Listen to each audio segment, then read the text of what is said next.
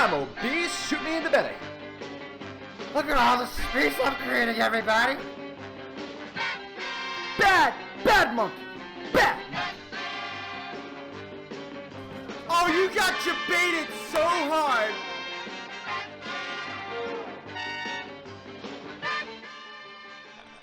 I don't think I can handle any more of this bot gameplay. Spilo. Alright, long time no chat. I mean, really long time. I actually made the mistake of going back in my video producer and going like, how long? I'm speaking! Stop subbing! Thank you. I'm gonna thank all the subs in a second. You guys have been super generous. But anyway, I went back and I was like, when's the last time I've streamed? Oh, a month and a half. Yikes. I think this is the longest gap I've gotten without that. Stop! Thank you, Neo. It's the longest time I've gone without streaming. Like, I think in a long time. Somebody behind me? What? Was that you? No. You freak. So yeah, it's been a long time. I was like, oh shoot, that's depressing. All right, I'm not even gonna try. Is it Hurix? Hurix. I know who you are. You're a great guy. You're a great caster, but I can't pronounce your name. I feel bad. Anyway, thank you guys for the follow. So I'm trying to stay on topic of the follows and subs. I'm gonna have to do it. Anyway, so I was like depressed. I was like, oh my gosh, it's been so long. It was a very long and strenuous month and a half because I had a lot of work. We were taking the months of contenders really seriously. One top 4 finish wasn't good enough. Congrats on such Thank you guys. Again, I'll respond to all the subs in a second. And welcome back, Spilo D. And we top 4 wasn't good enough, right? We want to do top 4 at least again, and then hopefully better than that. So last month we were working really hard. We finished top 4 again. That was great. Really disappointed with the game that we lost. And then this month we've just been putting in the work, man. Like we grinded so hard, and like the meta was changing and shifting in it, and we had EBC, like this other tournament or whatever. We just couldn't be bothered, man. Like top 4 was not going to be good enough, and the players just worked so stinking hard. And we made so many big improvements with our in-game leadership and communication, dude, and all the staff stepped up, dude. Like, and you know, we finished top 3. And you guys, if you watched our match against Obey Alliance, you got to see the real finals. BH crapped the bed. They looked terrible. They got rolled 3-0. And most of the maps weren't even that close. And you know, our match against Obey Alliance was really close, really competitive. We went in there. We just started to go a little poorly. We started off really cold. Like today was just a cold day. We were really tired and warm up. But we just refused to lose. Like we just, like through sheer willpower, like we're not going to lose like this. It's not happening. That Anubis hold, we're like, it's not happening. They will not win. And we just didn't. And we got to Oasis, and it came down to a real heartbreaker of a last fight, like 99% in a couple ultimates. You know, but we did good. We did proud, and they did me proud, and I'm really proud of every single one of those players. We didn't overperform. That is exactly the type of team that Sheer Cold is and always will be, regardless of meta. So I mean, we clutched. We just popped. We were ironclad this entire week. Yeah. And by the way, I'm sick and tired of all the pea-brain bot moron. Like, they don't even deserve my response, but I'm gonna give them the one nice thing they got going from this. They're gonna actually hear my voice speaking, okay? I'm giving you attention. You're welcome. The idiots that said, oh, 3-0 Obey Alliance, 3-0 X Oblivione, 3-0, yeah, man, they'll barely beat Oldenboard. Oh yeah, New Kings rolled them. Get lost.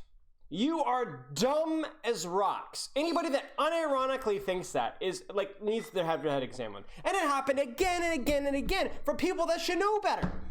And it's not even like, oh, out of nowhere, Sheer Cold came right. We've been top team for a while. We've improved steadily. We were the #1 team in trials when we dropped into trials. I came on, we stopped going to trials and started finishing top 4 2 months in a row, and then we did it again, and people are still surprised. I don't get it.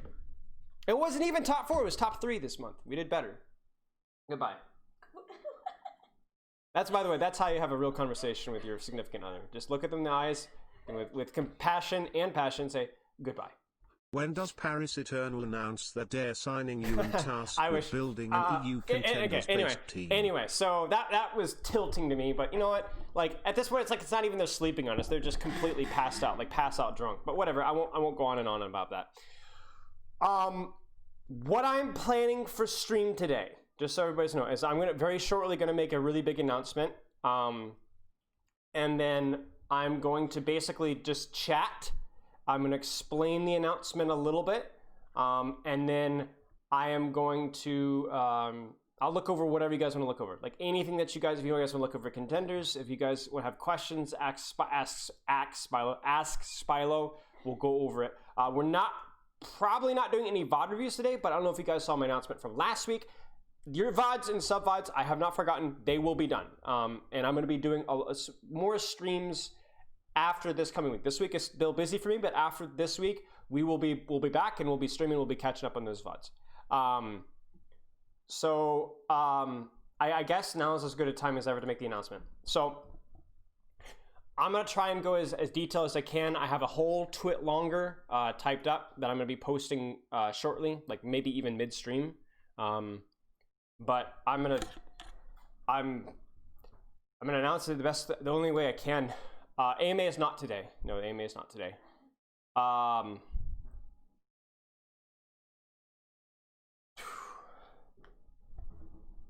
I can't even like it. I am retiring from competitive Overwatch coaching. This has been a decision that has been on my mind for many months. And like I said, I'm going to explain a lot more of the thought process behind it.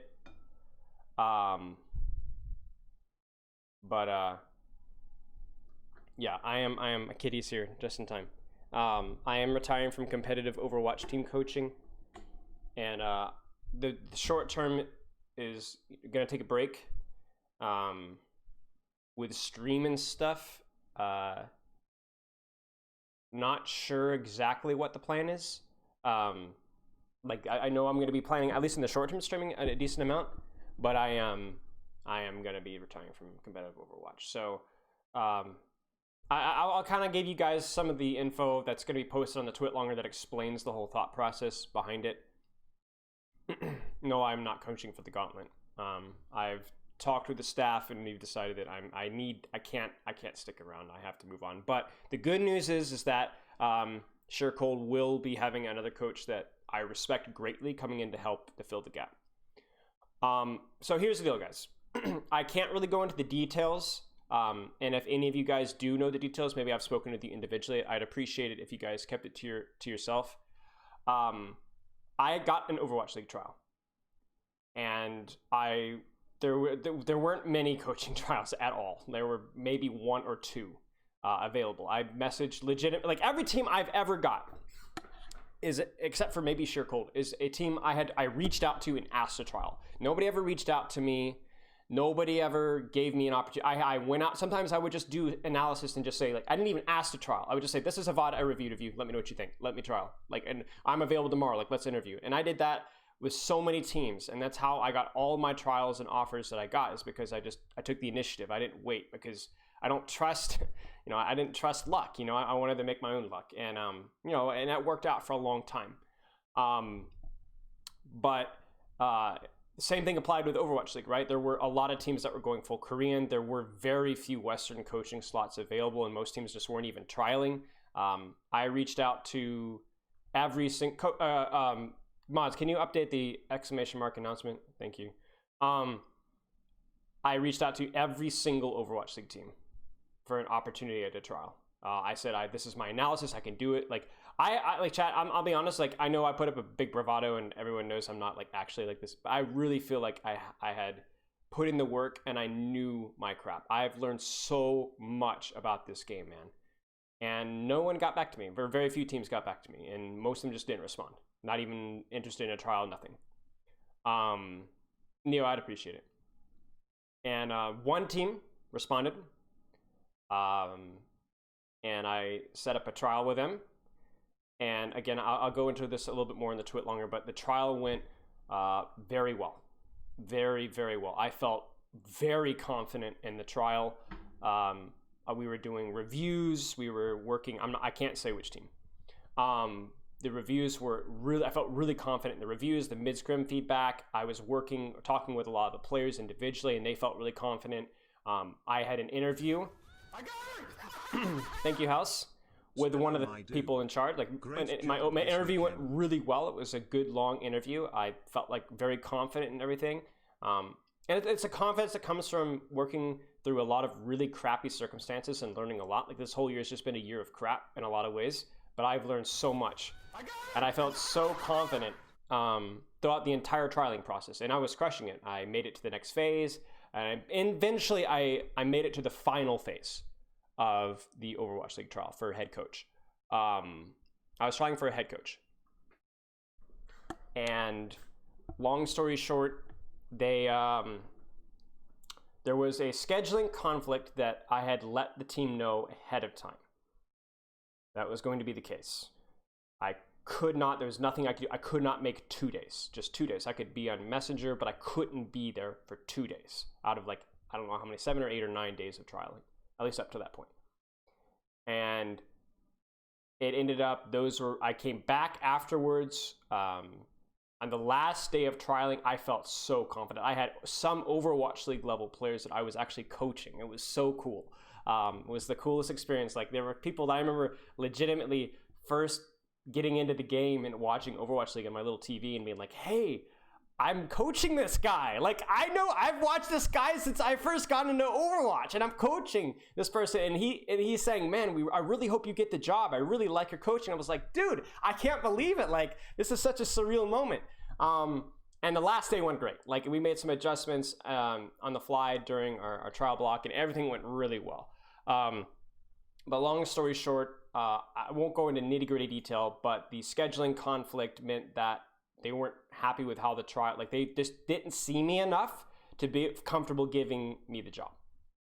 And they just were unwilling to reschedule around me or even extend it another day. And I'm not going to lie and tell you that that makes me happy. Like that really frustrated me and made me really, really angry. Because it felt like the team was not doing due diligence. And it wasn't just, they're being nice, but it was something, they just really didn't think you were good. I heard from players that continued through the trial that was the reason, was the scheduling. And it hurt because I knew I did such a good job. I heard, it wasn't just my own opinion. It was the players. Like, I'm sorry, I'm tooting my own horn. Like, guys, I really did well in that trial. And they decided to go a different direction with coach, and I'll be honest, I found the direction they went with. Yeah, I'm not going to talk anymore about it. But long story short, I do believe that I was the best man for the job. Let's put it that way. I know I was the best man for the job, and I'm really disappointed. I was really disappointed, not in myself, because I know I did the best I could. There's been a lot of times where I have let myself down or let my team down, in the past, but I felt like this wasn't it. And I did the best I could, and I had to look at it as like, maybe this is just not meant to be. So with that whole thing that went down, I had to understand that the chances of me getting into Overwatch League already were slim, and then after that opportunity fell through were even slimmer. Because, I'm sure by like March or April, there might be, hey, maybe I'll get a trial because halfway through the season or a couple months of the season, some teams realize that they need more help. That's generally how it goes, but I can't really take that risk. That's another 4 or 5 months away. And honestly, financially, it's been pretty tough recently. Like Pepper, you guys know Pepper, my wife, she's had to step up a lot because I'm not being paid. I'm living off of savings that I've had to save up from like working 2 jobs. And it's just at this point in time, it's just not realistic for me to be able to commit to team coaching and contenders any longer. Because it's a career that has been giving me a lot of heartache. I know I go and stream and I seem really funny guy, but man, thank you, Savage, for the sub. By the way, I haven't forgotten all the subs. Thank you guys so much. I'll get to them in a second, but like, I know I'm a funny guy in streaming. I try and, but it's hard, man. It wears me. There's a lot of days where I just felt like crying, man. Like, it's a rough job, and it's not just rough for me. I don't want it all be, but like, just, it is a rough job. It is a thankless job, and you know, you don't get paid anything, and so it's just at that point, and then I'm not making anything, and it's time to move. It's time to go. So yeah, I'm upset about it, but I'm excited to kind of move on to what's next. And I'm not really sure what that is right now. I'm sure it will be coaching, probably sports. Here's what I am excited about. Chat, I am excited to actually get back into the physical world. You guys know me and like workouts and sports and stuff, but yeah. I guess the thing, chat, I am most grateful for, to kind of bring it back to the present, is I'm grateful that we ended on a really good note with Shirkle, because I was reading Discord and Reddit and Twitter and the Twitch chat or the YouTube chat, and people saying like, man, this team is good. Like they're so good. I'm just so thankful that they actually got the credit they deserved. And like, that's like my last, thanks Packers. That's like my last send off, my last accomplishment coaching Competitive Overwatch, is that I made a team that deserved the recognition. I helped them get there. And you guys are finally paying attention to that team that has worked so hard. And it's all on those guys. They've deserved it. They've earned it. And like, if nothing else, I feel good about ending on that. And unfortunately, right now, I know there's a question about Gauntlet. That was another really tough decision for me, because I felt bad abandoning them. But again, it's essentially another month. It's a very important month for me as well, where I need to be figuring out what I need to be doing next. And another month basically without being paid wasn't gonna work for me. So I could assist where I could, but it wouldn't be fair for me to be doing a halfway head coaching job for a team that needs a full-time head coach.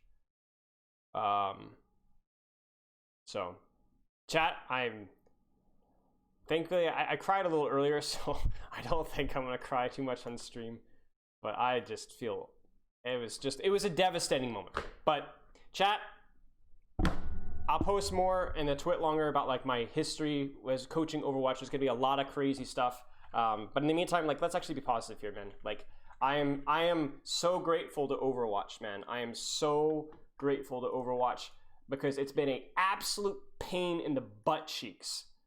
But it has taught me so much, and I have been able to work with so many wonderful, wonderful, wonderful people. I'm gonna try and include a lot of those in the Twit longer that I make later. But I'm doing the Twit longer voice. But I want to be positive about it. Like, it's been a difficult time for me.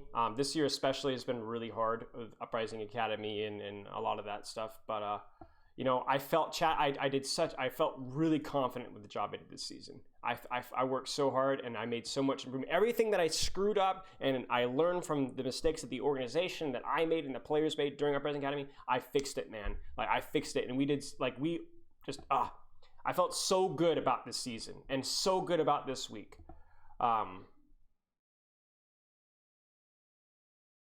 So yeah, that's pretty much it.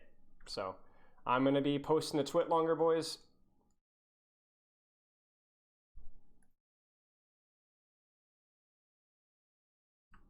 Okay, there we go, boys. It is on Twitter. Okay, anyway, so now we focus on the rest of the stream. I really appreciate, turn up the mic a little bit. Oh yeah, my mic is probably too quiet. I turned it down a little bit. Was that a little better? Wait. Is that better? I think it's better. Thanks, Tambi. You know what? Oh, like, yeah, I'm disappointed with Overwatch League not picking me up, especially this season. I felt like I put in the work, but you know what? Like I said, maybe it's just not meant to be. What it means in terms of streaming, I don't really know. I'm definitely going to catch up with sub VODs. I'm planning on continuing to stream Overwatch in the future, just not sure how much. Okay. I liked me retiring. Thanks, EasyBot. Screw you, kid. All right, what do you guys want to look at? What do you want to look at from contenders? This is much better than retirement. I am totally down to look at. Hey man, you said you did the best you could and that's all you can ask for. Sometimes things don't work out, but you got so much further than I ever thought you would and helped inspire me to go the extra mile. I'm proud of you regardless. Thanks. Love you, man. Thanks, Crook. Man, Crook is great. Crook is the epitome of everything that I worked for, which is literally starting from the ground. Nobody knows who you are. Nobody cares. You started late. Like Crook and I started like a year and a half or 2 years into Overwatch. Like we were so late to the game. Literally pulled ourselves up by our bootstraps and made our own way. And Crook is the epitome of doing that, man. I've had so much respect for what you do out there with social media and all that crap, man. Like, it takes some serious, like, testicular fortitude, man. Like, I'm so proud of you. Anyway, thanks, Crook. I really appreciate it. Okay, give you the Volskaya. Okay, so we're looking at Volskaya, and we're gonna figure out. So I got complimented, or the Sheer Cold rather got complimented on our rotations on Volskaya yesterday. I think this is a Volskaya B or something, right? Yeah. So we're gonna take a look at it. Now, here's a funny thing. The funny thing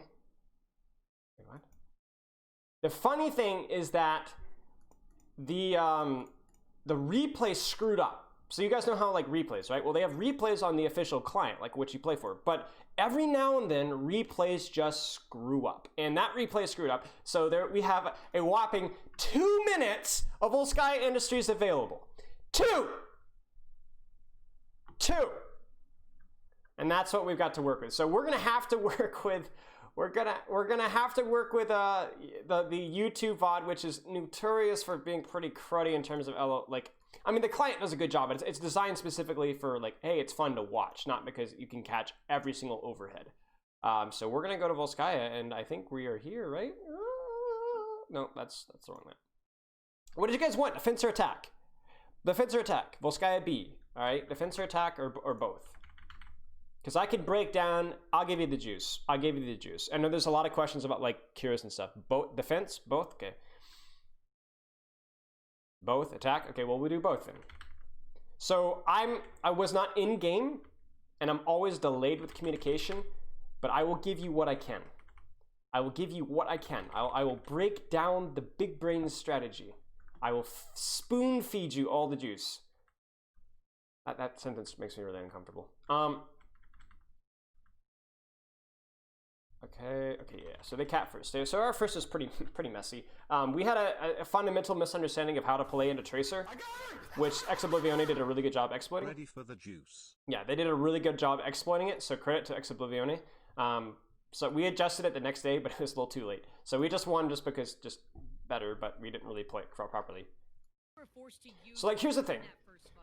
So you're gonna notice something right here. So here's how Volskaya B basically works. Like, there's the point, right? But the thing about Overwatch is, if you've tuned into my stream for any period of time, is just going straight to point is almost never the answer, because when you get to point, you're gonna get shot at from a million different angles, right? From here, and from here, and from here. And the thing about angles is it's a raw damage buff. And sometimes it's 10%, sometimes it's 20. Let's put it this way. If you go straight to point in Volskaya Industries, you might as well just have the entire enemy team bongoed, because they have so many different angles.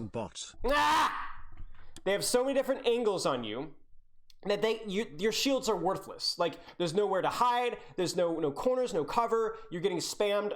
And not only that, but it's not only that your tanks are in danger, but your backline is also in danger, which is the big deal with angles. So angles are really strong.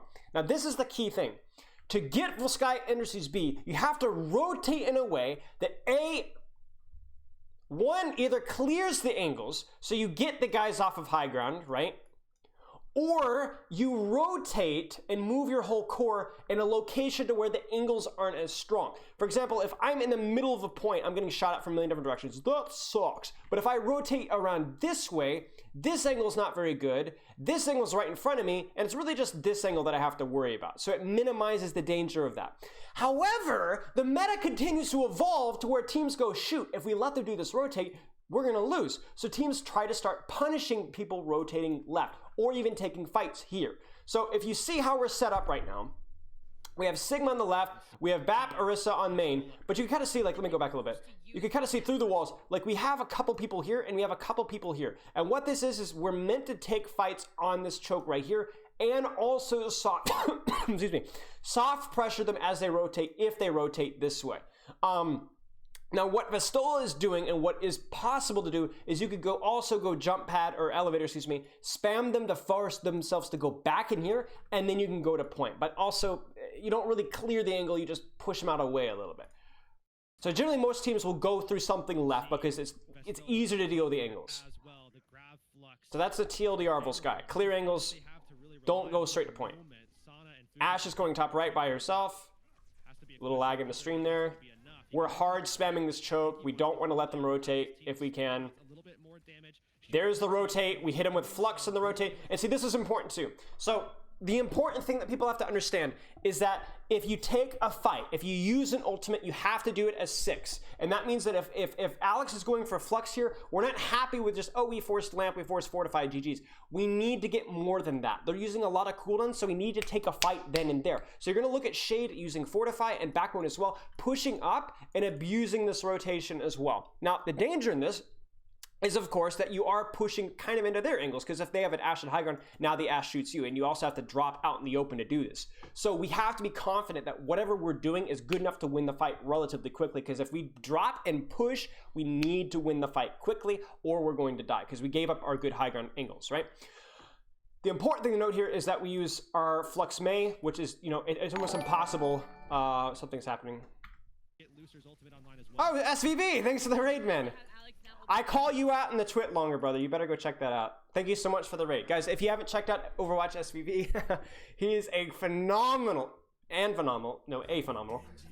creator, really smart guy, great coach, good friend as well. I've known him for quite a while, actually. And I'm like, it's like one of those guys who, like, you knew a rock star when he was like lived across the road, and like, that's me with SVB. I'm like, thanks for the hard work you put in. I really wish you got picked up for OWL. It sucks to hear what happened regarding that. That's all right, man. You are an inspiration, and when I play, I always think, what would Spilo be yelling about right now? That's good. Love you, man. Love you too, brother. I mean, I don't know who you are. Well, of course I know who you are. You're the tank player, but I mean, I don't know you super well, but I like to think that, like, I have a decent idea of, like, here's the thing, chat. The funny thing about streaming, small segue, is, like, I actually feel like I have a decent idea of, like, what kind of people you are.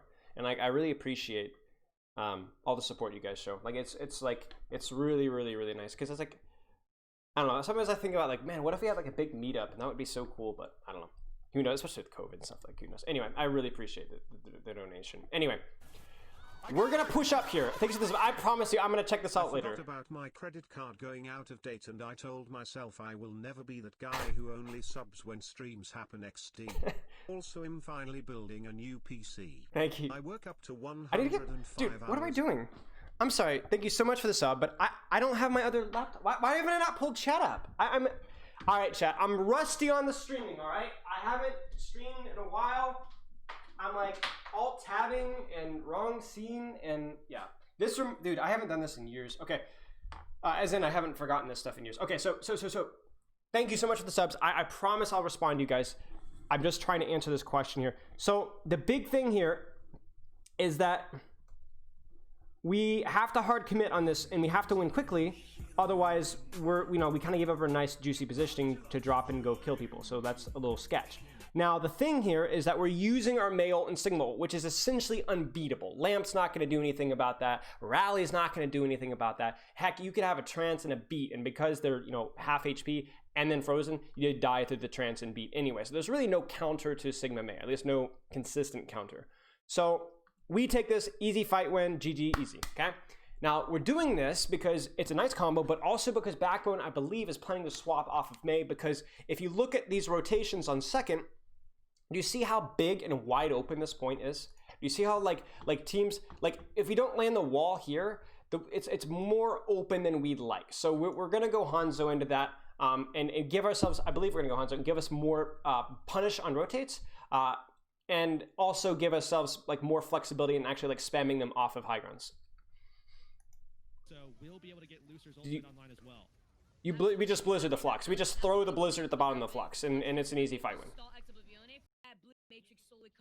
So yeah, Backbone's gonna swap to Hanzo. Yep. Now next fight, what we're probably going to do is we're probably going to let them rotate. So like, I'm not gonna predict. I'm just gonna watch because it's hard to punish someone rotate with their ults that we have. With Refit and Looser, this definitely points at them just wanting Good evening. straight up head-to-head fight and just allow Grafton. You notice how they're trying to constantly take this fight, and what they're doing is they're trying to take this high ground so they can spam this guy, so that he spams us less when they're rotating. Because Ashe, if she's trying to rotate with her team, she's at risk of dying, and also she doesn't really threaten this guy much. But if we threaten him, it makes it harder for us to punish the rotate. But we're gonna win with the rotate. Interesting. That's a big deal right there, because Window is not always a very consistent ultimate, especially in a map with a lot of high grounds like this here. And the fact that we forced a lot of cooldowns like that, and obviously most importantly Lamp, that's really big here. And what we could do here, well, I have a prediction of what we'll do. So yeah, they're underneath us. Yeah, so we get a big boop here, but we're not letting them just rotate for free. They cannot do it. Hey, thank you. But I mean, do you see how like they use Lamp, they use cooldowns, and we're not just like, nice job guys, we forced cooldowns, I'm so proud of you guys, let's pat ourselves on the back, job well done. No, we're gonna actually like push our advantage. We're not gonna like drop on top of them and brawl like we did last time, but we are gonna deepen our angles. Like we have a cooldown advantage. They're down not just Lamp, but they're probably down their Sigma. They're down their Sigma shift, definitely. They're down their shields. They don't have their BAP shift, which is a big deal. So you know, we want to push that. And so they use cooldowns, we're gonna deepen our angle and push them. They unfortunately use their Bob, which is not good. As soon as their Sigma gets booped, it's GG's. Like, you don't have the ult eco to win 5v6. It's certainly not in 2 CP. They stagger the Tracer. Big stuff. She swaps Hanzo. Across the board, now that Sana isn't on the Tracer, he could go ahead and go over to the Ashe against Fuki. And so we scout the rotate and elevator here. Especially with that shield pressure that we've seen from Backbone and so this is just one of the situations. Okay, so if we draw the map of Volskaya, okay, and like let's say this is the point, okay, and they're rotating through elevator this way. Well, what they've done, as we already saw with the Ashe, you guys remember that? Is they leave so-and-so or somebody here, like an Ashe here, to be able to off angle once they push from this side. So they're gonna push from this angle and they're gonna push from this angle. But the problem with the elevator rotate is it's very far away and it's a little bit slow. And it also means that they can't actually heal or support this guy, over here, because they're completely split off by an entire building. As soon as we see they're going in elevator rotate, we go, that off angle is completely by itself and unsupported. And there's gonna be some time before they actually get to where they need to be. So we say, hey, they're by themselves, go get them, sick them. And that's exactly what we do. Now, right now, they're like, oh, shoot, they're out, touch point. But it's too late. They're already down one. And this is 2 CP. Like, right now, we can lamp shade. We can rally if necessary. You know, we can utilize our ults. But they're already down one in 2 CP. It's just over. And we'll high noon just to clear them off. Like, again, the longer this fight goes, more 5v6, 5v6, 5v6, 5v6. Now, they didn't use Flux or Rally, which was big, smart of them. But, you know, another fight. Yeah, the window was unfortunate, but it was smart of them not to use more than that.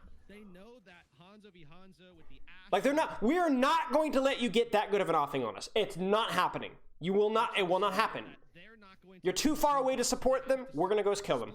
Because once we kill the Ashe, all the damage from Exo is all in this little spot here. There's nothing, so we could hide around corners, we can hide around walls, we can play it slow. We're not scared of getting shot in the back or shot from angle. It's not there.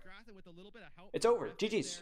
Over to deal with Sana. That allows Backbone and the rest of Sheer Cold's core to go ahead and take that fight. They're gonna have so we're spamming hard here as well because Backbone is there. So much time has been wasted. We've done a really good job chasing staggers. We've had at least 2 or 3 kills late on the previous fights. So now EXO is doing something different. They're like, okay, this rotate left isn't working. People are getting left behind and killed. We're getting killed on rotation, and they probably track that we have Flux, because you remember last time that they did that left rotate, they got Flux and rotate and died. And we could flux Hanzo ult, we could just flux and force lamp and maybe push it deeper. So they're in trouble. So what they do is they go, okay, we can't do this rotate anymore. So we're gonna send a couple people up top right here, and then we're gonna send out left. Now what we're going to do to win this left side for our Hanzo, okay, because Hanzo's with him, we're going to rally uno, dos, tres, and clear out this left side. And what we'll do is we're gonna have to drop off here and run away, and maybe we get killed while we drop off and run away.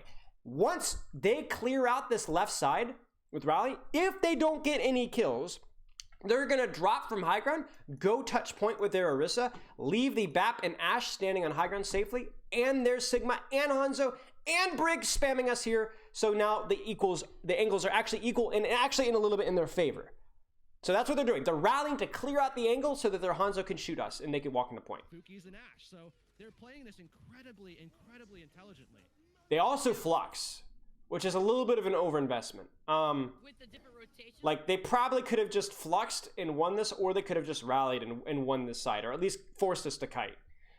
So they're heavily overinvesting, and the problem with that is like, yes, they've got the space sort of, but one of those is probably going to force lamp anyway, and they haven't. You notice that they haven't really pushed. Like they're not on top of us yet.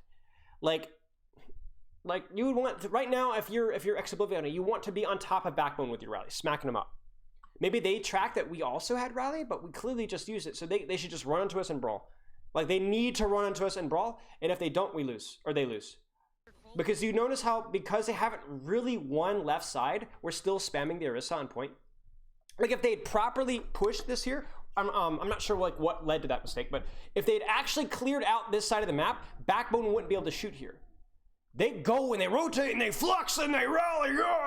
Alex Jones all of a sudden. But Backbone still has the angle on the Orisa. He's still sitting here. He's not over here running away from, he's just here. He's just here. That's like pulling out your shotgun and going and firing in the air. Pretty sure that's not what a shotgun sounds like, but you get the idea. You didn't do anything with it. Like you hardly cleared any space at all. So it's not good. Not good for them at all. And like they're still here. Where are they? Oh wait, I'm looking at the wrong side. Like there's like what? I don't even know where Vistola is. Like where are Vistola and Kara? I don't even know where they are. Like they should legitimately be directly on top of our butt cheeks right now, beating the crap out of us with the rally. But instead, they didn't do anything. Like we still have this angle. They use rally and flux, and they got no space at all. Nothing. Zip.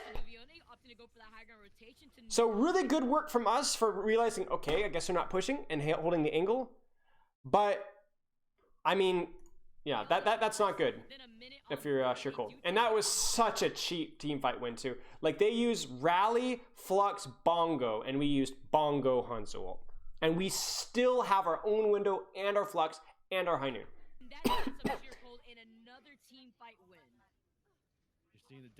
The Backbone is the most flexible DPS in all of Europe, like uncontested.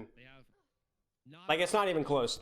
Like it's not even close. Like Naga's pretty flexible, Lethal's funny, but you know, I think he's mostly specialized in a couple of heroes. Like Backbone legitimately can play what, 10, 12 heroes at a high level? Most flexible DPS player I've ever coached. In general, once they do, though, this time around, Alex will be able to meet them with the grab flux. They're going to get lifted. Deadeye is going to be available. Graphic can pull it up right at that exact moment. Shields can't save EXO if they get some CC onto Vistola or don't lift up Vistola with everybody else. So I assume we're calling to flux early. Like we're positioning up, like you could see how Shade's positioned earlier. Do you guys remember the several fights ago when we fluxed and we pushed in Dark Hanoka? Hanoka, think of the fall. We're probably thinking the same thing here. We're going to go in and win off of it. Even though we don't have Mei ult, we know that they do not have rally. They don't have counterflux. They don't have bongo. We know that they have spam ults, but if we rush into them with our flux, chances are those ults are going to hurt a little less. So we're probably positioned to win aggressively off of this flux. Between Alex and Grathen could easily like screen, okay. Defeat this map and just yeah, so we're flux high noon, and this is really a heads up from Grathen because you have to understand that like flux high noon is like the most obvious play in the game. So it gets shielded a lot, it gets shifted a lot. It's really difficult to counter. it's very easy to counter, excuse me. So Graytha goes on a really funny flank, and it's almost impossible for Stola to react to this, so he's not gonna be able to stop this. And all we need is one kill. One kill. One kill, and it's back. The most important kill that we could have gotten, and we got him. Ladies and gentlemen, we got him. What happened to insulting you? Of course it's over. I mean, there's no, like, it's not over. Of course it's not over. So yeah, I mean, their BAP's just done. Like, it's over. And now we just play, and like, do you notice again? The Orisa goes and touches and instantly dies because they still don't have the angle. Chat, positioning. Hey, you chat! Positioning is everything. Positioning is everything in Overwatch. Map control and positioning, ladies and gentlemen. Okay, second attack. Is alive, but sad. Our first attack was not good. Was very messy. We had not played Volskaya Industries in a while, so we were a little bit nervous. Hanma Twins, thank you for the fall. Thanks, Neptune. By the way, I sincerely apologize to the bottom of my heart to anybody who have missed your message. There have been so many nice messages. I'm trying to like focus on my stream. So I really apologize because there's a lot of you guys that I really like and have known for a long time, and I might not be able to get to all your messages. So I really apologize. And not because I don't have time to respond, and sometimes I just don't see it. You know, I'm not big. I'm a big time streamer. Okay, I've got 2 digits in my stream now. So okay. So here's the thing, chat. All right, let's play Jeopardy. Okay. All right. Does Sheer Cold win? Oh, Alex Trebek. Too soon, man. I didn't even think about that. Anyway, let's play Jeopardy. Okay. And Alex Trebek's owner. Okay. Does Sheer Cold win because they click heads and are just built different? Or does Sheer Cold win because they win map control? I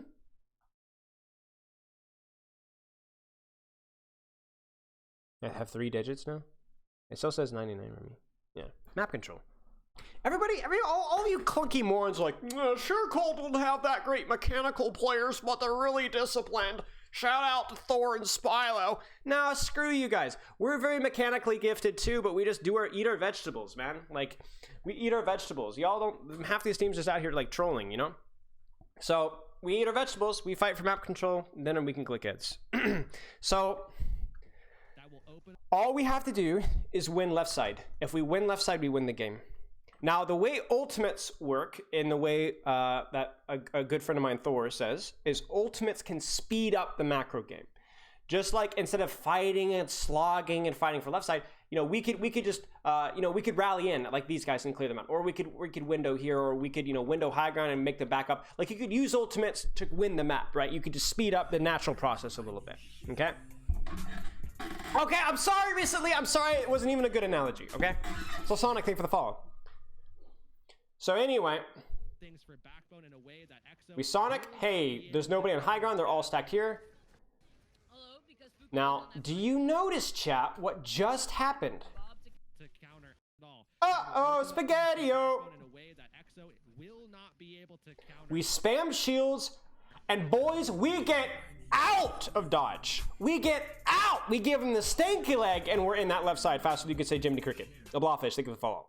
Now, to be fair, they didn't really have a great ultimate to punish rotation, like you'd like a Phlox or something, but they just had Bob. But we were crisp. We go, spam, bang! We were out, man. We were out. Look at this Bob. Look at the Bob. Look at the Bob. You see that? That sucker's behind us, man. This is like an ex-girlfriend, you know what I'm saying? Rear view mirror. We have already rotated instantly. They can't push up. Like, look, they're trying to push up, but like, there's nobody there. It's ghosts. It's like my father. It's gone. No, I'm just kidding. It's gone.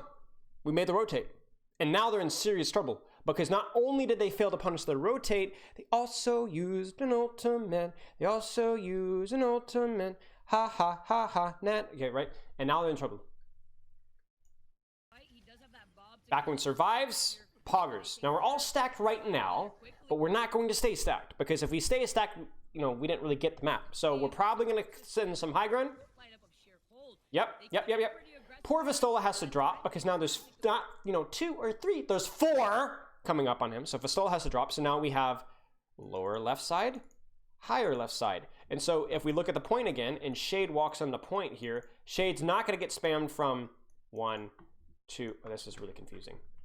Shade's not going to, you know, this is Shade right here, okay? He's pink, don't judge, okay? He's not going to get spammed from 3 angles, he's going to get spammed from 1, 2. And we're going to be looking over his shoulder. I almost drew with black. I'm spamming like this. So just that rotate right there significantly increases Shade's survivability. And now we also have an ult bank to throw into it. Away from them in that first point when they were kind of losing those fights to Ex Oblivion, those 2 fights rather. There's a window from the bottom. We have to lamp because we remember we haven't really cleared off every angle, so Ex Oblivion can still clutch this. We rally, but again, do you see what's not behind us? Directly up above to our left, so right up here, there's nobody there from the enemy team. We rotate, we clear it out. Now the only damage is coming from this way. And a lot of that damage is actually dropped, if you notice, because we windowed. So they had to drop and LOS it, so now we can go on a point. And so now it's over. GG's. And that's really all there is to it. And you can even see Backbone like lurking behind there to pincer from another direction. It doesn't matter that Rhythm dies, it's over. Like you could, even if we didn't have Rally here, like this is probably a 1 fight. Probably a 1 fight because we've already cleared the angles. Like you just win. Like you winning is a result of getting the map control, at least at the pro level. It just happens and then you just win. And the teams that are best are the teams that are good at fighting for map control and efficiently fighting for map control. So, I mean, we just cleared out left side. They never got left side. We did. That was it. And you could talk about like old economy and you know mechanics and all that stuff, but honestly, like the thing that mattered is we got the left side of the map and they never did. We had 1 minute, 1 try. They had 4 tries and they failed.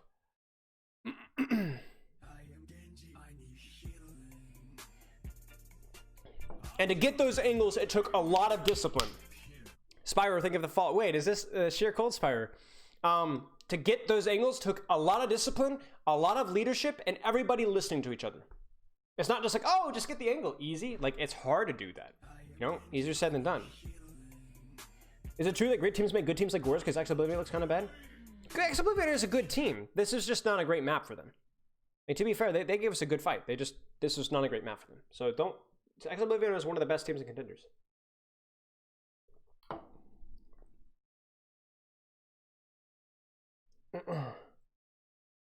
Yeah. But anyway, you could look at a lot of different fights and over, like, in one way that I would recommend that you guys take this and use it is go into Overwatch League games and replay viewers and stuff and try and look for flanks and angles. Like, don't just look at the main tank and them herder going in, or like look at, like, are they pincering? Is there somebody like lurking behind? Did they all fight for a certain area? Why are they fighting there? Why don't they just go to point? Like, whenever that happens, ask yourself why. Because it completely can change how you view the game when you look at this stuff. But yeah. Do you have any questions? What if you do a rotation to the left by using the moving platform? That can work. It's a little risky because it's easy to pull you off. It's easy to boop you off or pull you off. And then also, yeah, it's very easy to pull you off. It's very easy to spam you off during the rotate. So it's like one of the things that works really well if you catch the enemy team sleeping.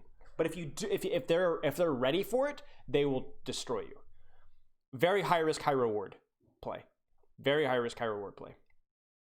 Why not just sim TP on the high ground but point no spam there? I mean, you saw what Obey Alliance did on Rialto, right, chat? They actually went sim on second point Rialto to get across the bridge because they had so many angles of them as they were crossing the bridge. They just couldn't do it, so they just sim TP across. So like, sometimes that is the answer. Sometimes that is the answer. Do you guys have any questions?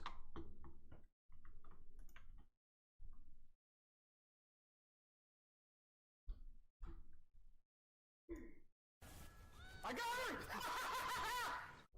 Tips for playing hard spam into dive? I mean Bapzen when I mean hard spam. Yeah, so Bapzen into dive, you just have to never let them set up a dive. So like, again, I'm gonna pull open my... Please work. Okay. Please, no. Stop!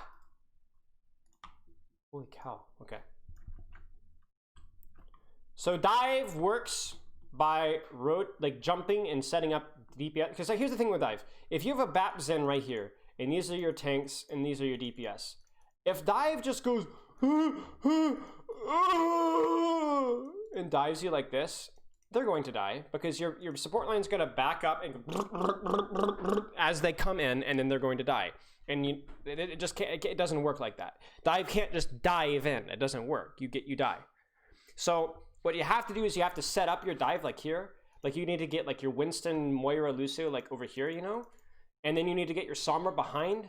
And then if you can, you need to get your Tracer on an angle too, so that when you dive, they have nowhere to hide. They have nowhere to go. They just die instantly. Okay? So playing BAP Zen into dive, knowing that dive wants to surround you if it's played properly, right? Your job is to stop them from doing this. You're BAP Zen. You do not let the monkey go in a flank. You do not let the ball enter and roll and slam you at full HP. You make the Tracer's life miserable as she's trying to get around.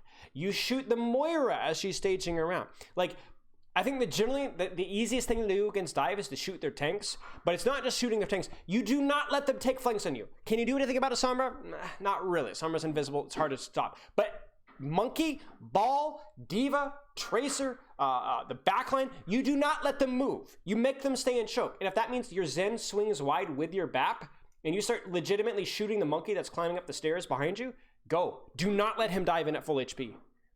You commit to one flank instead of splitting up. No, you just don't let them take the flank. You do not let the ball? Oh, yeah. You do not let them take flanks on you. So you try and not split up too much. Your BAP Zen especially don't want to split up. Your BAP Zen do not want to split up. But you do not let them stage. So one of the things that you could do though, and this is what makes Zenyatta Harmony Orb really strong, is, you know, you're running a Hanzo, you're running an Echo, you're running a Tracer, right? A lot of spam comps with BAP Zen have one of those heroes, the more mobile DPS. Like you very rarely will see BAP Zen with Widowmaker Ashe, or you know, like Hanzo Tor, not Tor, but anyway, you get the idea. Like very stationary heroes. You get more mobile, like at least one more mobile DPS. Oh, hair check. You guys are morons. Where's my stupid brush? Can I have a hair check? Yeah. But they run a more mobile DPS that will get Harmony Orb, and he goes headhunting. He's gonna go shoot the ball. And yes, he could be Dove, but it's gonna be awkward to dive him because he has Harmony Orb and he's more mobile, right? And then all the while, he's buying time. Like if you have an Echo and you I don't even know what my hair looks like. Is it bad? Yes. Oh, it's bad. If you Harmony Orb your Echo and she just permanently hunts down that monkey or hunts down that Tracer, you're gonna make it so much harder for them to dive. Like you Harmony Orb your Echo or your Hanzo or your Tracer, and she just literally just like goes after them and just constantly pressures them. They never really dive, or they never dive properly, and they certainly never dive at full HP. You force her Matrix, maybe you force a Monkey Bubble, maybe the monkey's 300 HP, maybe the ball has to use this adapt the shields before he even goes in. The Tracer uses all her blinks just to be able to reach the dive. Like it feels really messy. So that's why for a long time, when you did see BAP Zen, you almost always saw it with a Tracer. Because the Tracer would be basically your back door, or your puppy guard. Okay, send me the VOD, Dracon, in Discord. I'll review it this week.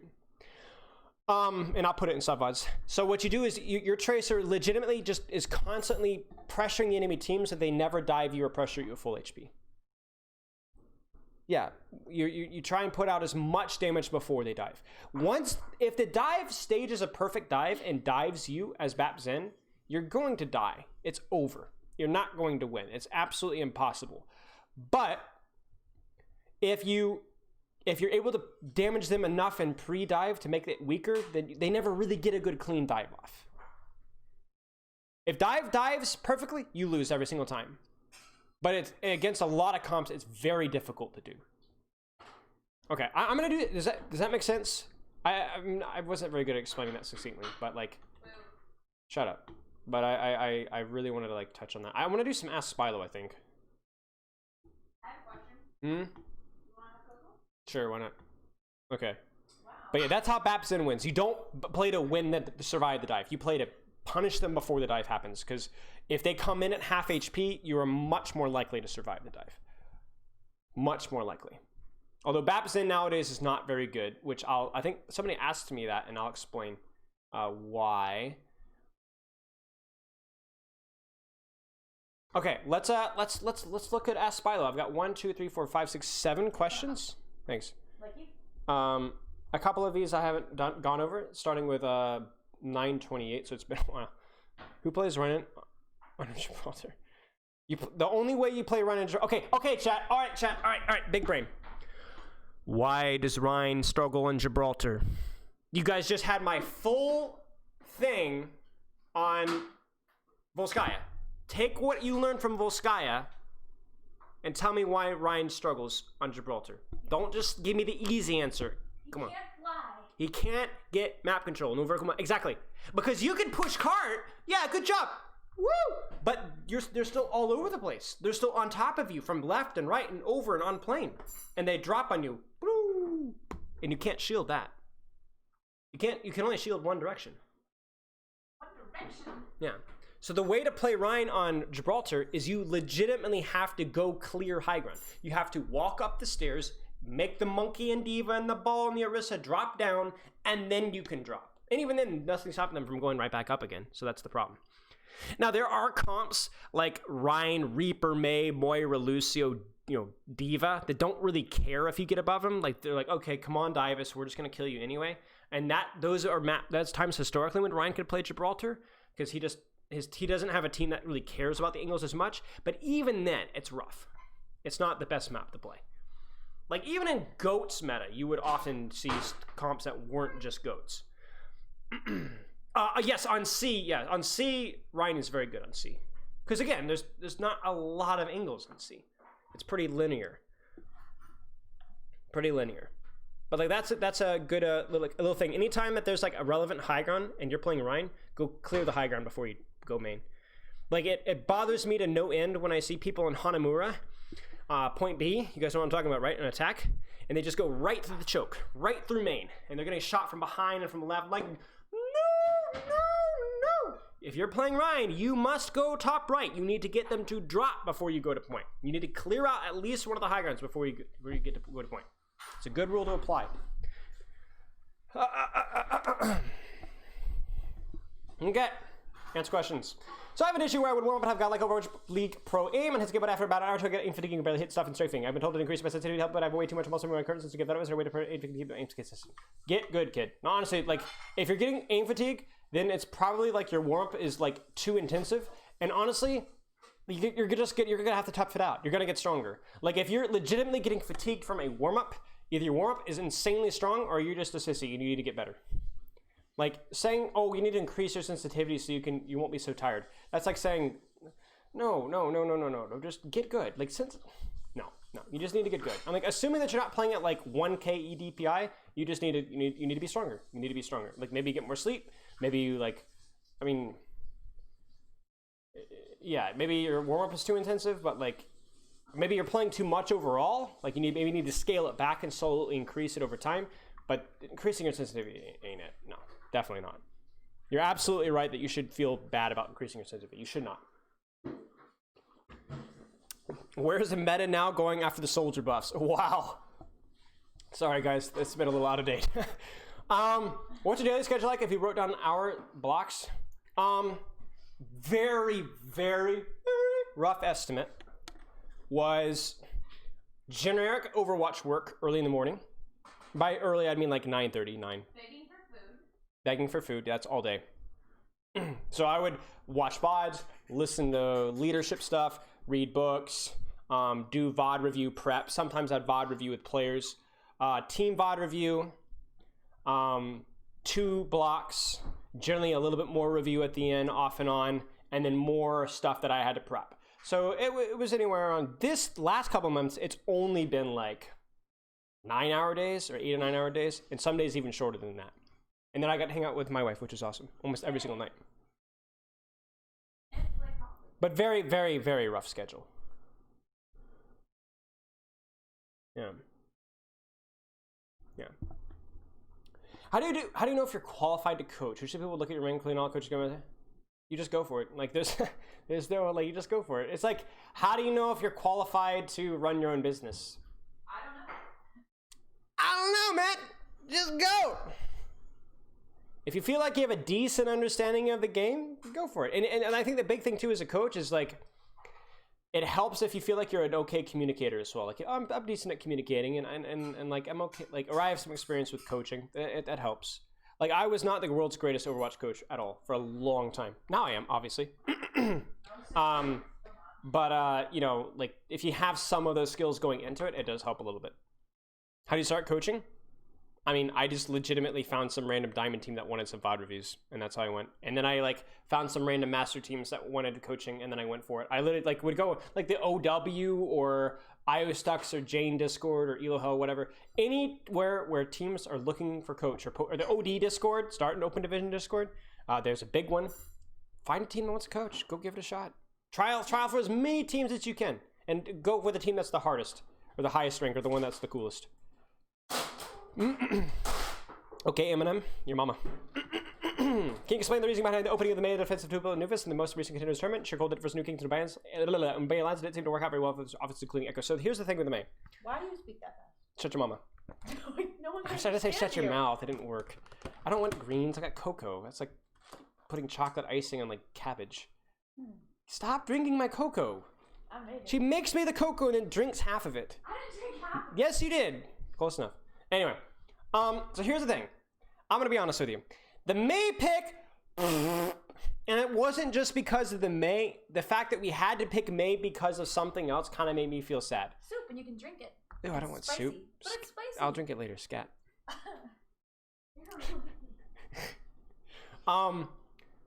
We wanted to play Mercy.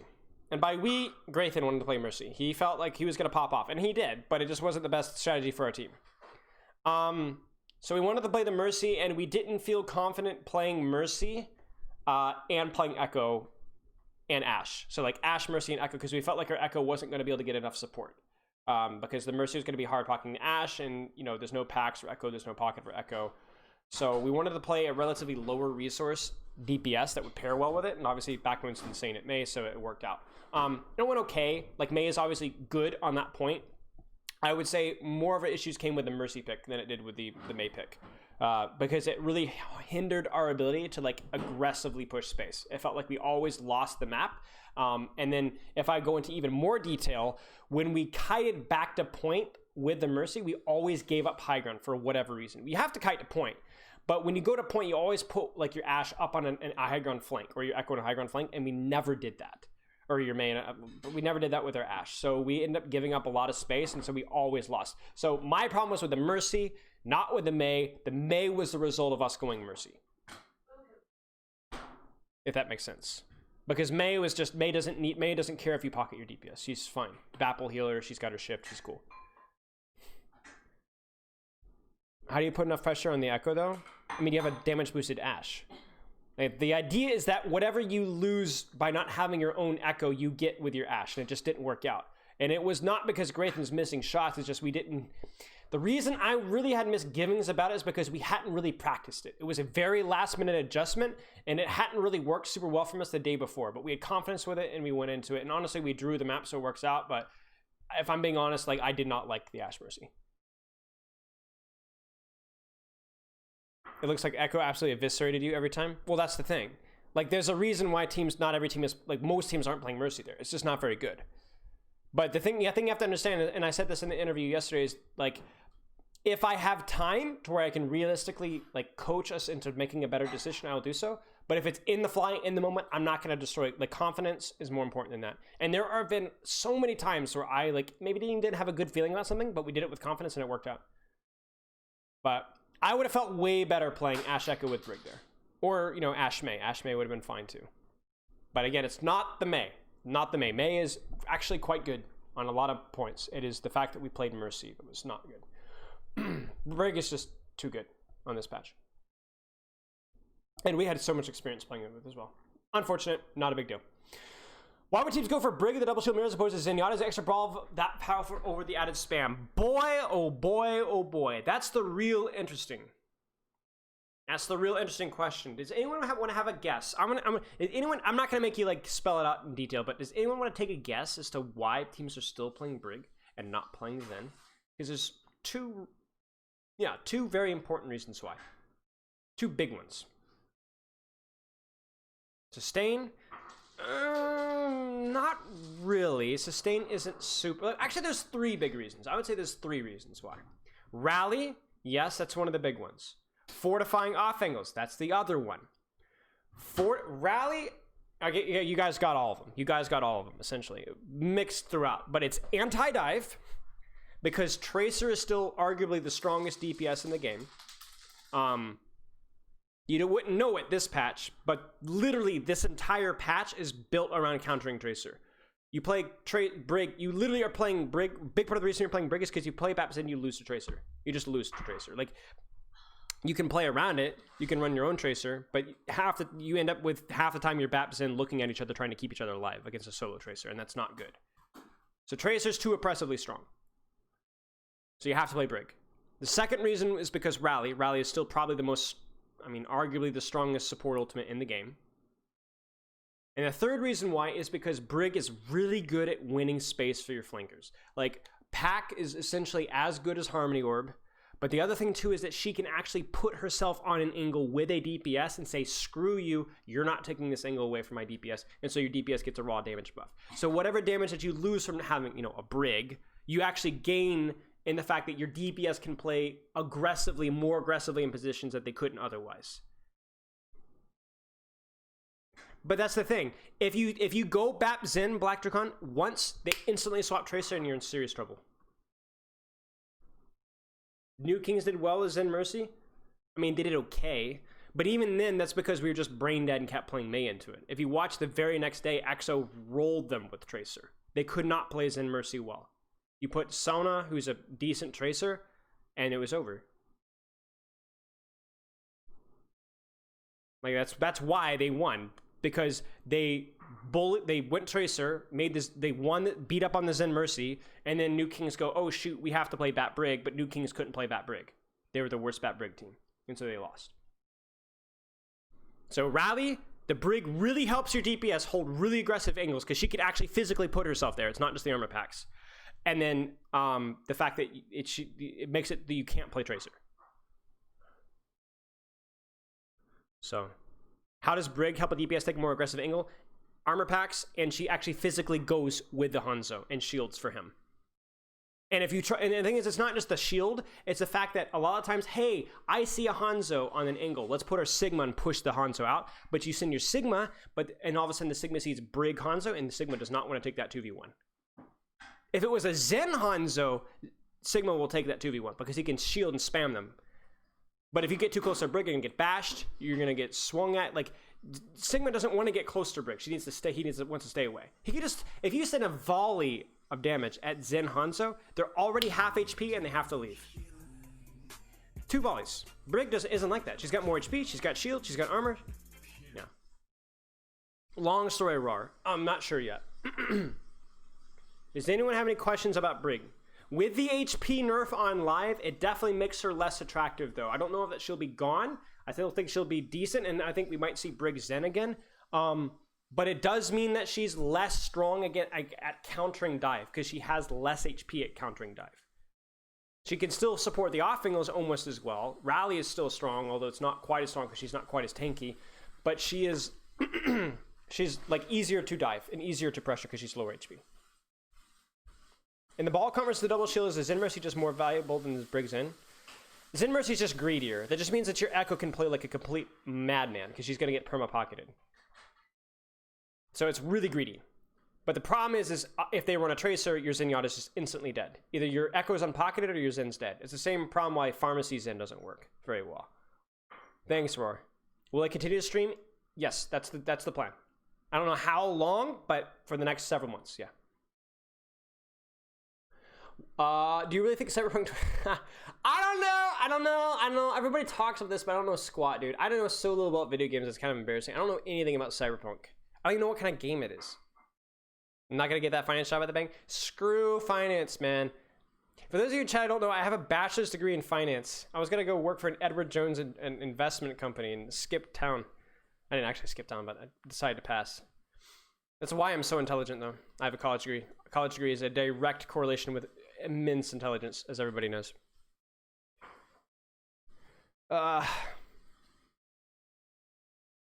Yeah, I don't know. New Kings, here's the thing with New Kings. Everybody was like, oh, New Kings, you guys got rolled by New Kings. No, we didn't.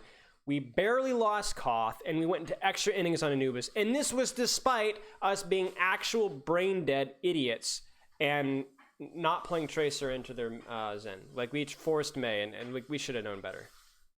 I mean, it ended up being fine, because we ended up going to the lower bracket and rolling lower bracket, but New Kings were not as good as they... I mean, they were very mechanically good, but their teamwork was... They were not a good team. Mechanical engineering.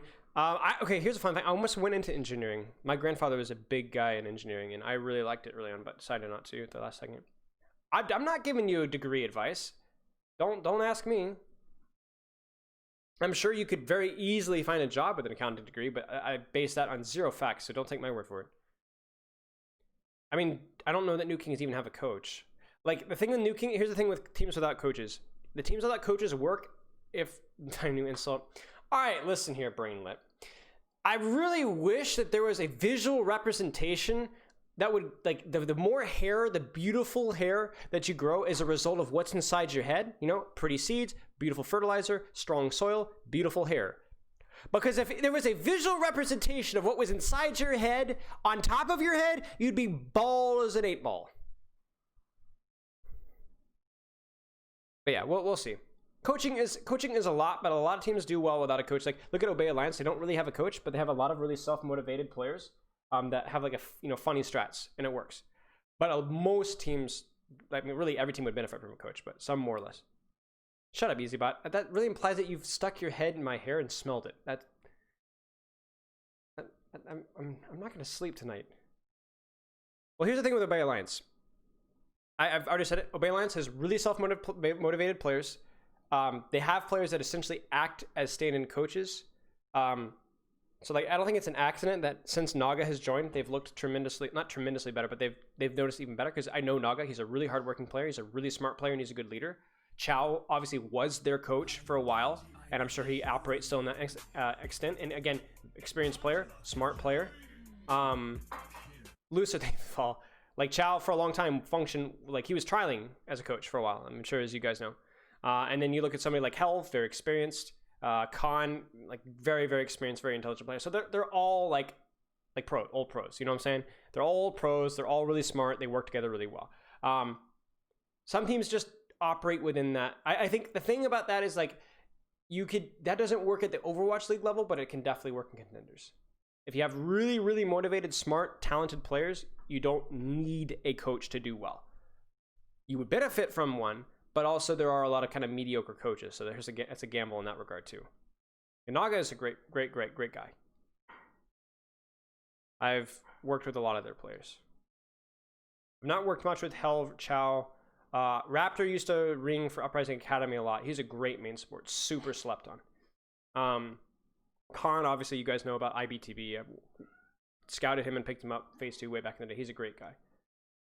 Chow, I don't know super well. I've spoke with him sometime, and he's nice and good. And obviously, you know, Lethal and Lethal. And I work with Naga a little bit as well. Mediocre. Shut up, EasyBot. I hit the jackpot with sheer cold coaches. We trialed some good boys.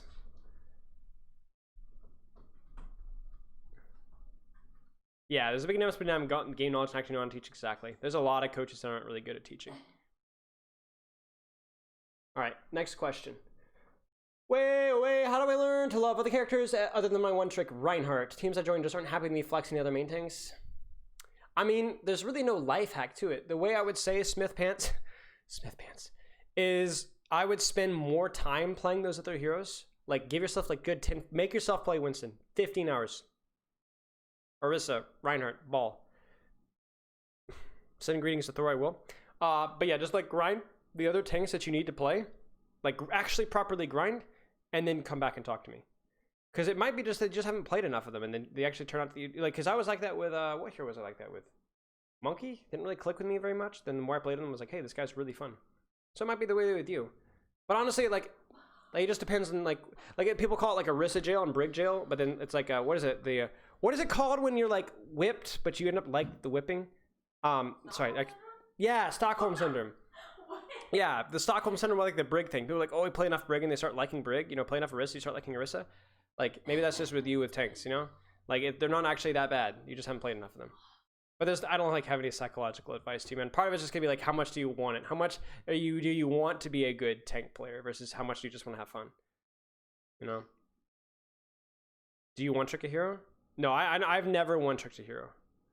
I recommend 2 tricking or 3 tricking or just building a general hero pool, but I never recommend one tricking. Like I had an Ana Zen hero pool and that kind of covered me. Like I'd go Zen in spammy situations, Ana in like more divey brawly situations, and that was fine. Hi. If there's a Brig, what's your best bet as Tracer? Is it just farm tanks and 1-1s that are far from Brig? One trick and heart. I mean, versus Brig, your role as Tracer is pretty much the same. You still want to be putting pressure on angles and backline. Like, you have to look at Brig or Tracer as, like, the guarder of the map. Like, your job as Tracer is, if you can, you want to force the enemy team to, like, be as clumped as possible. Like, force him all into a ball. Like, if the Hanzo's flanking, shoot him, make him go back to his team. You don't have to kill him, just make him go back to his team. The Zenyatta's on a really greedy angle. You know, the Monkey's looking for a flank. Like, you just send them all back to their team. Like, you make them clump up. You're like the shepherder. You're just shepherding them all around because you're a hero that's number 1, really mobile, and number 2, really good at duels. So you force them to be supported on duels, and even if you don't force them back to your team, the further the greedier the angle, the more support it's going to demand. So in other words, let's say that the enemy core is here and there's a monkey flanking here, and you find the monkey and you start shooting the monkey. Even if you don't get the monkey out, you're probably going to force bubble. You're almost certainly going to force a lot of healing from the enemy team to support the monkey, and that right there you go. You've done your job. You know, if there's a Hanzo in a flanking behind, and you like shoot the Hanzo, he gets armor pack, he gets orb, he uses his storm bow on you. That's okay. Survive, and then go put pressure again a little bit later. Your job is just to shepherd, to herd, or punish them for being split up. So if they have a Brig, that doesn't change. It obviously makes it harder for you to actually secure kills, especially exclusively in the backline. But remember, as Tracer, it doesn't always have to be backline. It can be flank, behind, shoot tanks from an angle if they're greedy, whatever. But it definitely makes it more difficult. I mean, on Zen, but I also occasionally switch to Brig, Moira, or BAP depending on the situation. Should I just stop playing Brig, Moira, and BAP together no matter what continue I've been doing? I mean, that's a lot of heroes, yeah. So, like, I think... I mean, flex supports are really famous for, even at the Overwatch League level, being kind of mediocre at Ana, or being mediocre at Moira, or being mediocre at Zen. Like, most, even Overwatch League players have a couple of those heroes that are really strong and other ones that aren't as strong. Playing Brig in there is definitely probably, I say, but it's probably overkill. I mean, depending on how much you play as well. So I would not focus on dropping the ones that you think aren't as good, but I would focus on dropping the ones that you don't have as fun playing.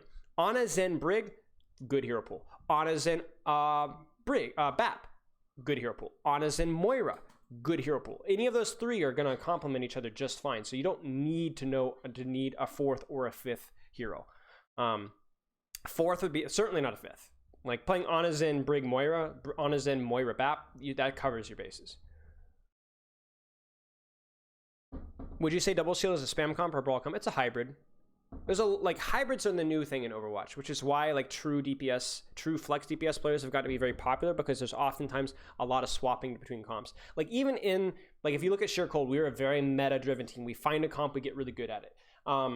We've done that with Dive, we've done that with Brawl, we've done that with Spam.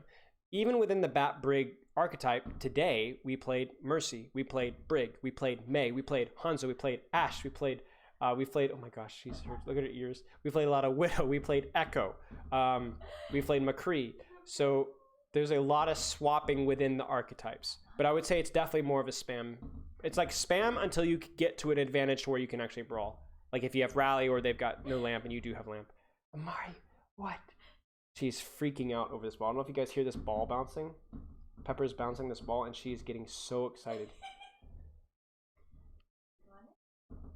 You're welcome. Favorite hero to coach and why isn't Mercy? Favorite hero to coach. That's tough. That's really tough. No, it's not Zen. I like playing Zen. I don't like coaching Zen. Zen's kind of dull.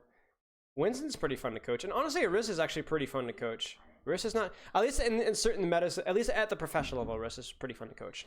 Winston is pretty fun to coach too, though. And Ana is fun too. I like Ana. When nading the floor is Ana, why is it best to look at the floor IRL? Another question. When hiding from a Widow headshot, why is it best to duck IRL? I definitely do that all the time. Wait, what? What do you do? A Widow shoots you and you duck. I don't know. Like you see a Widow. you're What's like, your favorite hero to spectate? Favorite hero to spectate? That would probably be Ana Zen, Genji, something like that. There's a lot of fun heroes to spectate. I don't like Hitscan as much. Hitscan's a little bit too vanilla for me. It's more of like, hey, click. Like, I'm not saying Hitscan's easy. There's a ton of complexity to Hitscan, but it's not as obviously fun and entertaining to watch. To me, Hitscan's like the goats of DPS. Heroes like Doomfist and Genji and Echo are just way more fun to watch, in my opinion. Can you play a Blitz game of chess right now? No, I don't want to humiliate you live on stream. Just kidding. I don't know how to play chess all that well. I mean, I've learned how to play chess since I was like 4 or 5 years old, but I haven't played it in forever, and I don't want to be embarrassed in front of my friends. Any hero I'm playing right? I don't know what that's referring to, but if it's an insult, I agree. Do you coach a lot of Tracer? Yes, I do coach a lot of Tracer, actually. Tracer is one of my strong heroes to coach. I coach any hero. I think the only heroes that I'm not as confident in coaching are... Let's be honest, there's nothing. I can coach literally anything at any time. Yeah, thank you, TMD Gus 164. Jin and Aztec were great players. They were really good guys. I had a lot of fun working with them. I had a lot of fun. My experience coaching Korean players was excellent. Love Korean players. They work very hard. Not just Korean players, but those two in particular. I really, really had a great time working with them. I'm not playing chess with you. Screw you. I'm trying to get a Mario over. I dodged Fire Strike IRL, yeah. See ya, Black Dracon. I don't know if she... Oh, Lori! Hey, Lori! How are you? Chat, it's the Boston Lori in chat. I got to talk with Lori this summer. We traded coaching ideas. Lori's a very good coach. You guys are sleeping on Boston. Everyone's like, Boston sucks, man. Nah, you don't know Lori. I've heard legends. You think I'm angry and I yell and holler and scrims a lot and get everybody to focus up? Lori knows how to crack the whip, man. Let's put it that way. He's a good coach. Lori is like the slightly angrier Korean version of me. He's an awesome coach.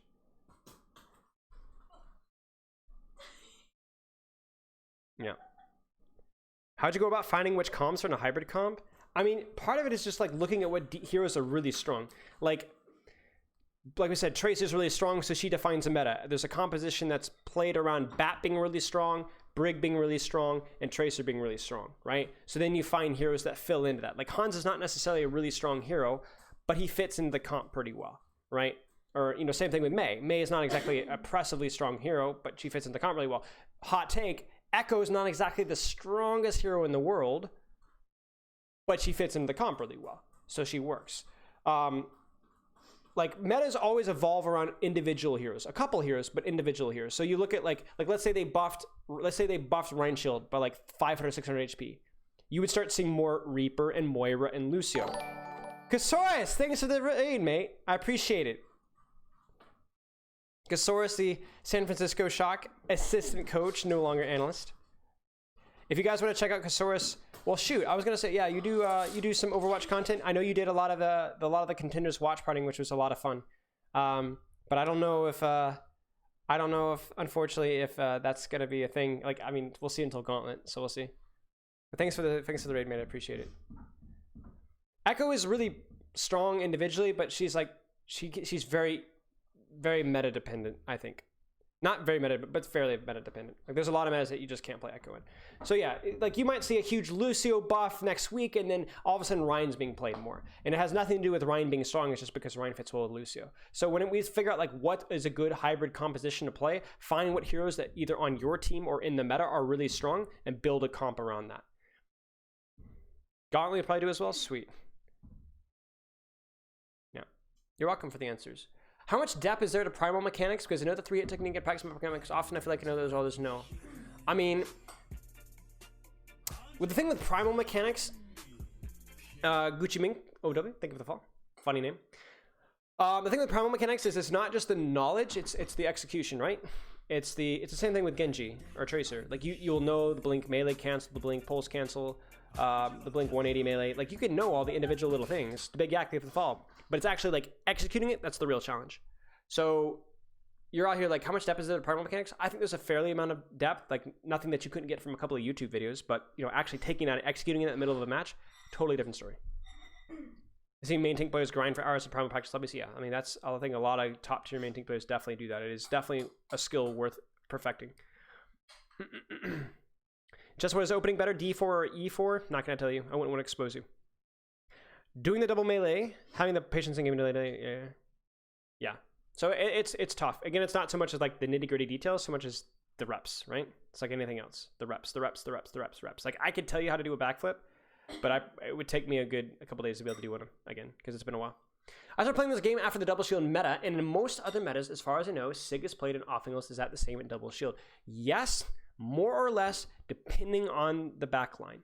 So Sigma is the archetype of controlling an off-angle. He's got long-range spam. He's got self-sustain with his shields and his shift, and he has the, no, please, Aiden, no redeeming things right now. Have mercy. Remind me, I'll do it next stream. Please, I'm in pajamas. Have mercy, Aiden, I don't want a Fortnite dance. I almost turned that off for this stream because I knew one of you boogers was gonna do it. I didn't know it was gonna be you, but yeah, Sigma is off-angle. He's the archetype of off-angle spam. But when you run in meta like the current meta, where there's always the threat of insert and evolve fights where brawls are forced, sometimes Sigmas play stacked, especially because the Risa shield is relatively papered now, and you instead do more solo DPS angles. So you don't forfeit angle control, you just do it with more shield stacked. But it's extremely map and situational dependent, extremely dependent. Because if you saw in Volskaya Industries where, you know, both tanks have high ground, there's no reason not to have your Sigma on high ground or on an angle if you both have high ground. Your risk is completely safe, so you don't need the stack tanks. Let's say you have rally and you want to push, you know, into the enemy core aggressively. Your Orisa probably would like to have the Sigma shield to push aggressively, so then maybe you stack when you solo DPS angle. So it's a lot more complicated than it used to be, because the old Sigma you like almost permanently off angled, but new Sigma, like with the way the metas go with Bat Brig, it's a lot trickier. It's a lot trickier.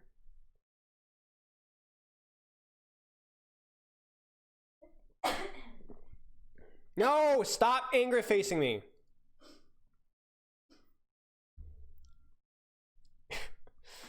You guys are awful. How do I minimize interpersonal issues while on a team? I assume you have to deal with at least a little bit of player arguments. Oh, interpersonal issues. Really? You do realize I coached... Hi. Yes. It was not sheer cold. Okay, it was a little bit of sheer cold. But I have coached at one team that was a disaster of interpersonal issues. I'm not going to give you... Okay, there's no real life hack to it. It's just being a leader and a good communicator, and sometimes even the best communicators can't fix things interesting. It takes time. Tendies. Yeah. The biggest thing, though, is just patience. Communicate to the players that a decision, like, we have to be together, we have to be a unit, so like whatever discussion, debate, and argument happens, that we need to come to something of a conclusion. And then also encourage, like, listen guys, I know you might not think that this is right, or this other person might not be the greatest guy, but like ultimately for us to do better as a team, we have to work together, and we have to come to the same, like, we have to at least, you know, we have to sacrifice. Like ultimately, like, it's a lot like relationships. You know, Pepper over here, she gets slapped me up the side of the head with a shoe. And, you know, I could holler at her, and then she hollers at me, and then we're fighting, right? Or I could say, ow, you idiot. And, no, never mind, that's not exactly different. What are you doing in the background? Anyway, but it's about compromise. It's about knowing when you need to compromise and knowing when you need to just forgive. And that's part of being a good player in a good team. Because ultimately, there are going to be many times where people just disagree and stuff. And it's not going to be about which person is right. It's going to be about which person just is willing to compromise for the greater good.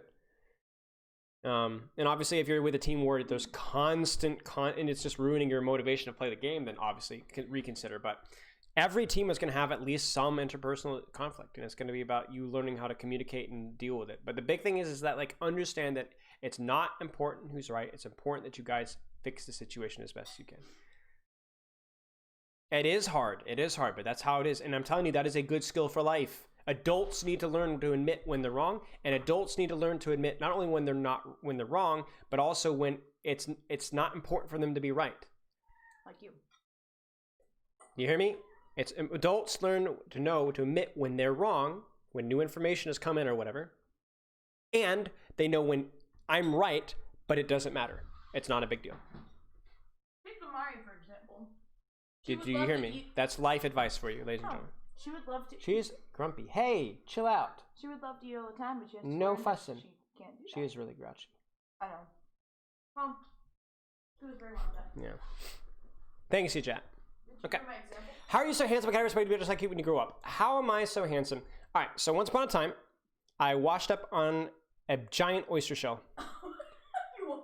completely naked, Oh, and the sunshine radiated down, and there must have been some sort of like radiation stuff going on here, because I just went from being like this like weird little baby to the most handsome thing.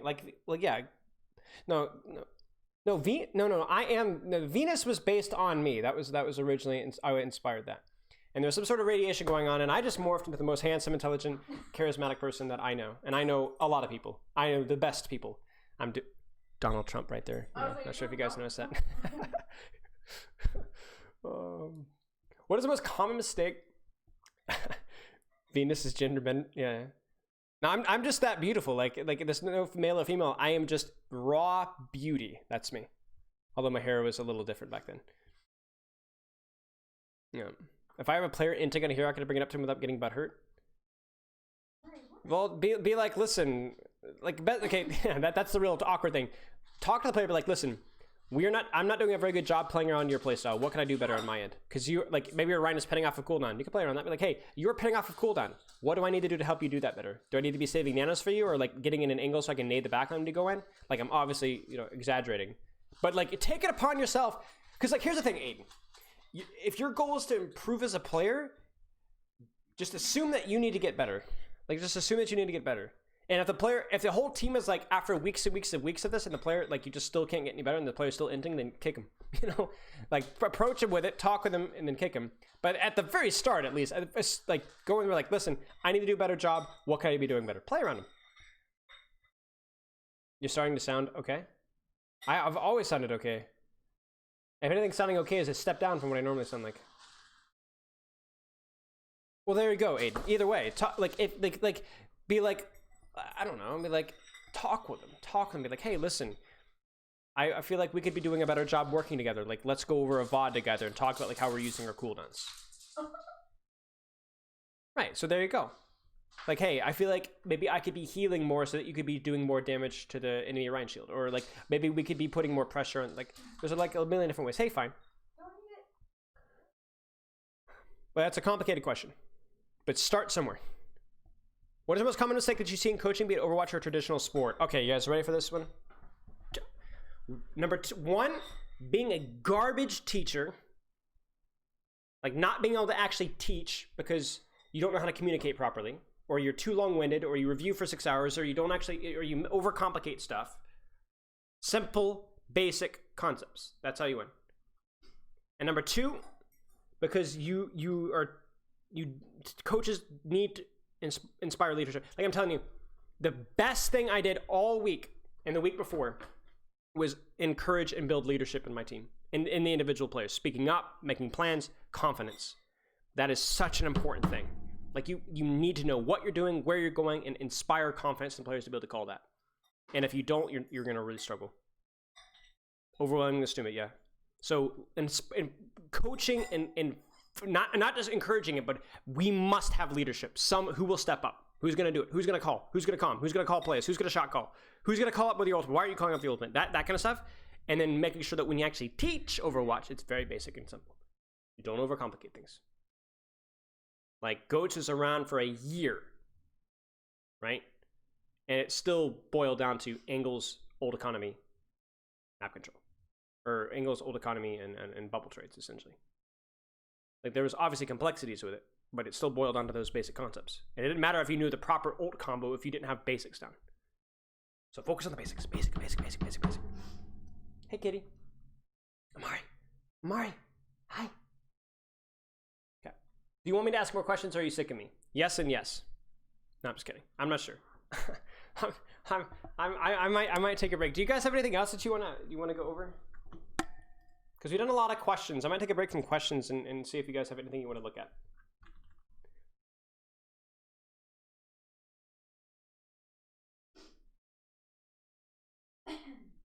Yeah, you're welcome. You're very welcome.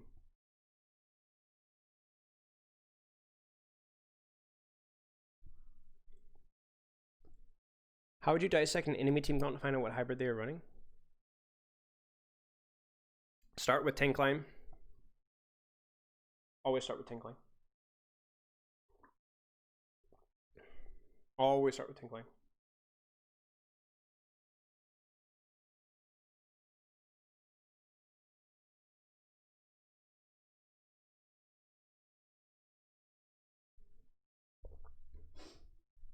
So,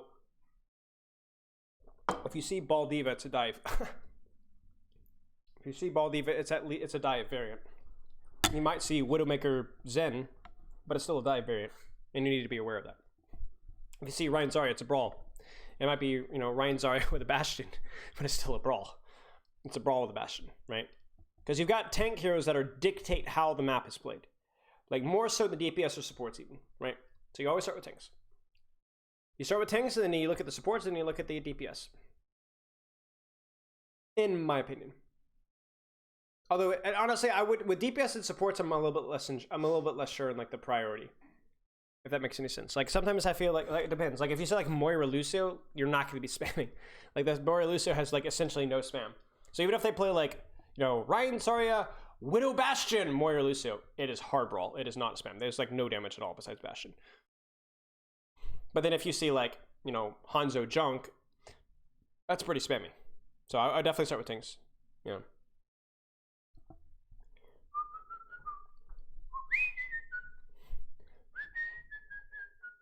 When would you guys want to do the AMA? So here's the other thing. Oh, shoot! Slap my mama. I was going to tell you, I am going to be doing an AMA. I'm not sure if it will be either tomorrow or next weekend. Or the weekend, or like in 8 days or something like that. And I'm going to be doing a coaching AMA to answer any question that you have about Overwatch coaching. I'm talking about how I coach, how I did reviews, how I structured, what I prioritized, what I did with Uprising Academy, what I did with Phase 2, with Sheer Cold, everything. I'm unearthing all the secrets, all the little tips and tricks, big stuff, little stuff. And if you guys want to know, I'll share it. I'll spill the juice, okay? And I'm planning on doing that, but I'm trying to decide tomorrow or in like 8 days. Do you think there are any other out coaches who deserve out more than he hears himself? There are a couple of coaches. I think Third Impact staff or Drifter staff is really good. Off the top of my head, I'm not. The thing with coaches, I don't know many of them very well. A couple of them I know aren't super great, but I don't know many of them very well. I think my coaching staff is Sheer Colt's very strong. Since you're the smartest Overwatch coach, can you tell us why Obey Alliance Bastion Threat and Realto works? It works because, I mean, you saw the British Hurricane. They had no idea what to do. They literally dropped from high ground on top of British Hurricane, and it worked. It was essentially one fight. And then the next fight, they've already got window, and then they just snowball from there. All British Hurricane has to do is actually pay attention to the rotates, and that's it. Like, anything can work once if you do it properly and the enemy team falls asleep. And that's all it did. It worked once. And that's just that's first point. Favorite coach to work with? Shoot, man. Why are you asking me that question? Screw you. Which support duo run the best with dive comp? Depends on what your DPS and tanks are. That's an extremely loaded question. I know you don't mean it to be a loaded question, but that's a very, like, dive has so much variation right now. Depends on what type of dive you want. What do you think about IOStux? IOStux has come under a lot of flack recently for a lot of stuff undeserved and some stuff deserved, but I will always remember IOStux fondly as the person who first coached me. So my opinion of IOStux is mostly positive, and I think a lot of the bad opinions of him are, and the quote-unquote canceling him, are a little bit unjustified, for sure. But I know that might put, yeah, that's my opinion. Screw it. What if they play something like Orisa Diva? Orisa Diva's, yeah, Orisa Diva would definitely make it weird. That's when you'd have to look at their tanks, or their DPS and supports, right? If they're playing Orisa Diva, that doesn't really tell you much. That could be, you know, not really dive, it could be brawl, it could be spam. That's where you look at your DPS. Since you've answered a lot of questions tonight, maybe AMA is better later on. Yeah. Yeah. Maybe I'll AMA tomorrow. Would you guys be, what do you mean recently, as in later on tomorrow, or what?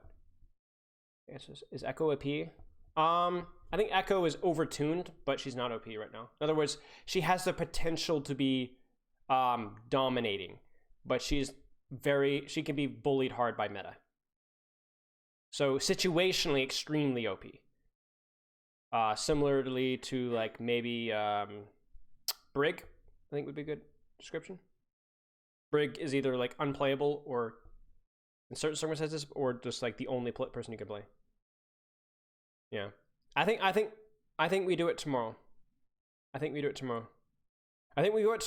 If there are any aspiring coaches or even players or whatever that are interested in knowing like how the minds of an almost Overwatch League level coach thinks, I will be around tomorrow. I think we plan on streaming tomorrow.